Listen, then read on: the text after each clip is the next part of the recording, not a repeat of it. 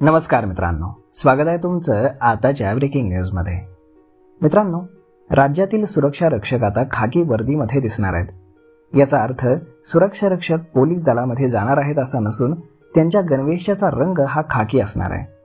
नोंदणीकृत सुरक्षा कर्मचाऱ्यांसाठी खाकी रंगाच्या गणवेशाला राज्य शासनाने मान्यता दिली। यामध्ये टोपी निळ्या रंगाची असून त्यावरती सुरक्षा रक्षक मंडळाचा लोगो आणि नाव असेल। कामगार दिनाचं औचित्य साधून हा खाकी गणवेश 1 मे पासून राज्यभरामध्ये अंमलामध्ये येणार आहे।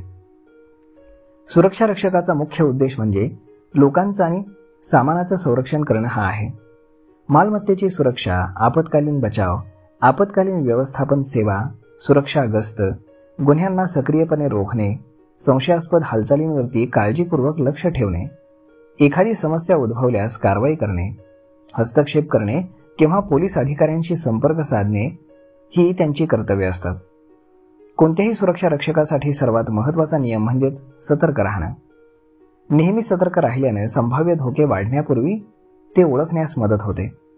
रक्षकांनी नियमितपणे त्यांच्या सभोवतालच्या परिसराचं निरीक्षण करायला पाहिजे, ज्यामध्ये लोक, वाहनं आणि असामान्य वाटणाऱ्या हालचालींचा समावेश असतो।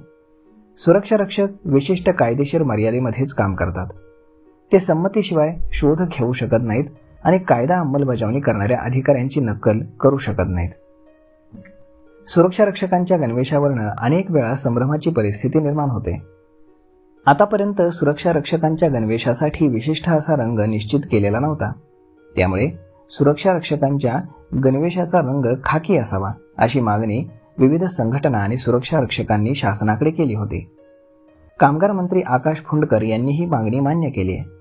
राज्यभरामध्ये जिल्हानिहाय 16 सुरक्षा रक्षक मंडळे असून आता 1 मे पासून राज्यातील सर्व सुरक्षा रक्षकांच्या गणवेशामध्ये एक समानता येणार आहे। महाराष्ट्र राज्यातील सुरक्षा रक्षक मंडळाच्या नोंदणीकृत सुरक्षा रक्षकांसाठीच नव्याने निश्चित करण्यात आलेल्या खाकी रंगाच्या गणवेशाचं अनावरण कामगार मंत्री आकाश फुंडकर यांच्या हस्ते करण्यात आलं।